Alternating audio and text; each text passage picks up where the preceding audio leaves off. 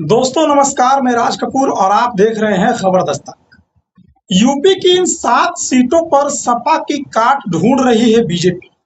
यहां लंबे समय से फूल खिलने का है बीजेपी को इंतजार और इस बार भी बीजेपी जिताऊ चेहरों की तलाश में जुटी है, लेकिन अभी तक उसे कोई खास सफलता नहीं मिली है। आंकड़ों के लिहाज से मुरादाबाद मंडल को समाजवादी पार्टी का गढ़ कहा जाता है।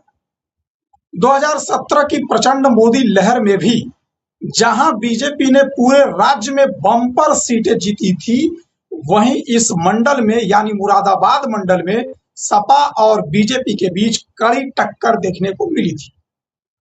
इस मंडल की कई सीट ऐसी है जहां दशकों से बीजेपी कमल नहीं खिला पाई है। आपको यह भी बता दें कि यूपी में बीजेपी मुरादाबाद मंडल की 7 सीटों पर जीत के लिए समाजवादी पार्टी की काट तलाश करने की मुहिम में जुट गई है। इन 7 सीटों का पार्टी सर्वे करा रही है। पार्टी इन सीटों पर जिताऊ चेहरे तलाश कर रही है। मुस्लिम बहुल सीटों पर सहयोगी दलों की नब्ज टटोलने की भी है, जो कि कोशिश बीजेपी ने शुरू कर दी।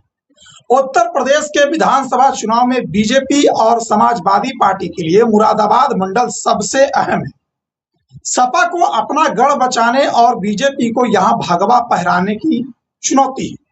मंडल की 7 सीटों पर बीजेपी को लंबे समय से जीत का इंतजार है, मतलब 30 से 35 सालों से। इन सीटों पर पार्टी सपा की काट तो बहुत लंबे समय से ढूंढ रही है, लेकिन मिल नहीं पा रही। इसके लिए पार्टी सर्वे करा रही है, जिताऊ चेहरों की तलाश कर रही है। साथ ही साथ इन सीटों पर गठबंधन के जो दूसरे दल हैं एनडीए के, उनसे भी राय मशवरा की जा रही है।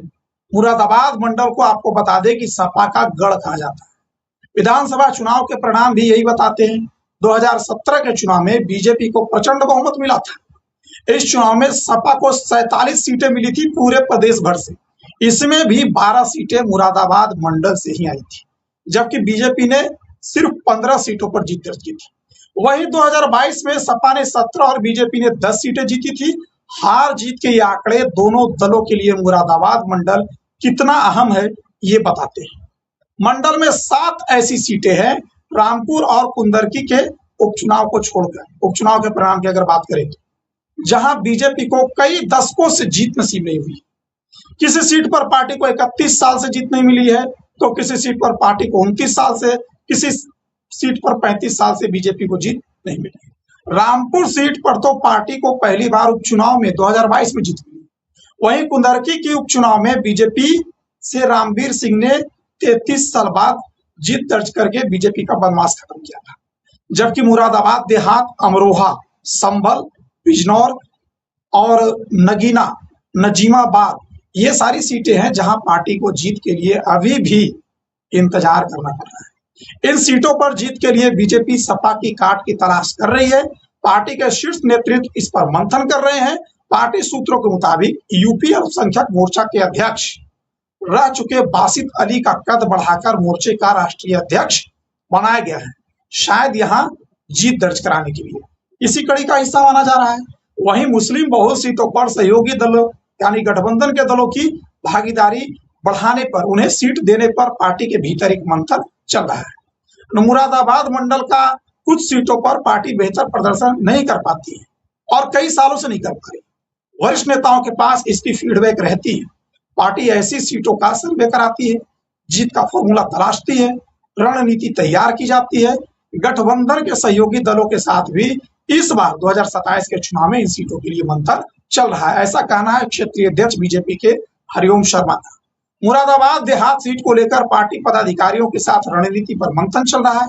यहाँ मुस्लिम मतदाता अधिक है, इसको ध्यान में रखकर रणनीति 2027 के विधानसभा चुनाव की बनाई जा रही है, ऐसा कहना है बीजेपी के महानगर अध्यक्ष गिरीश भंडूला का। अब जिन सीटों पर बीजेपी को लंबे समय से जीत का इंतजार है, जरा उन सीटों को देख लेते हैं। मुरादाबाद देहात पर 93 से अब तक जीत नहीं दर्ज मिली है। अमरोहा में 96 से नहीं मिली है। संभल में 93 से नहीं मिली है। नगीना में 1991 से नहीं मिली है। नजीबाबाद में 1991 से नहीं मिली है। कुंदरकी में 1993 से नहीं मिली है और रामपुर में 2022 के चुनाव में पहली बार उपचुनाव में भारतीय जनता पार्टी को जीत नसीब हुई है। ये सारी वो सीटें हैं जहां भाजपा 30, 35, 29 सालों से समाजवादी पार्टी को नहीं हरा पाई। इन कठिन सीटों पर विजय प्राप्त करने के लिए बीजेपी के शीर्ष नेतृत्व ने मंथन शुरू कर दिया है। क्षेत्रीय और स्थानीय स्तर पर पार्टी इन सीटों के समीकरणों को साधने के लिए विस्तृत यानी गहन सर्वे करवा रही है। इसके साथ ही कई महत्वपूर्ण कदम भी उठाए जा रहे हैं जो बीजेपी की तरफ से कुछ बातें छनकर आ रही है। उसमें पहला है सहयोगी दलों की भूमिका। इस मुस्लिम बहुल और चुनौतीपूर्ण सीटों पर एनडीए के सहयोगी दलों के साथ मिलकर रणनीति बनाई जा रही है, ऐसा कहा जा रहा है, ताकि वोटों के समीकरण को अपने पक्ष में यानी एनडीए के पक्ष में किया जा सके। संगठन में बदलाव और मुस्लिम चेहरों को तरजीह दी जा रही है। पार्टी ने हाल ही में राष्ट्रीय संगठन में बदलाव करते हुए अलीगढ़ मुस्लिम विश्वविद्यालय के पूर्व वीसी तारिक मंसूर को राष्ट्रीय उपाध्यक्ष और बासित अली को अल्पसंख्यक मोर्चे का राष्ट्रीय अध्यक्ष बनाकर एक अहम जिम्मेदारी सौंपी है। इसे राजनीतिक गलियारों में एक बड़े संदेश के रूप में देखा जा रहा है कि मुस्लिम वर्ग के नेताओं को भारतीय जनता पार्टी 27 के चुनाव में बड़ी जिम्मेदारी देकर, बड़ा ओहदा, बड़ा पद, बड़ा दायित्व देकर मुस्लिमों के अंदर या मुस्लिम समाज को यह मैसेज देने का प्रयास कर रही है कि हम भी आपके हितैषी, आप भी हमें वोट दीजिए। और मुस्लिम वर्ग को साधने के लिए ही मुस्लिम वर्ग के कुछ बड़े नेताओं का कद बढ़ाया गया है, उनकी जिम्मेदारी बढ़ाई गई है और उन्हें 2027 के चुनाव के लिए मुस्लिम वोट बैंक को सपा में लाने, बसपा में बीजेपी में लाने, सपा बसपा से दूर करने के लिए जिम्मेदारी सौंपी गई। लेकिन मुरादाबाद की जो ये 7 सीटें हैं, ये कोई मामूली सीट नहीं है।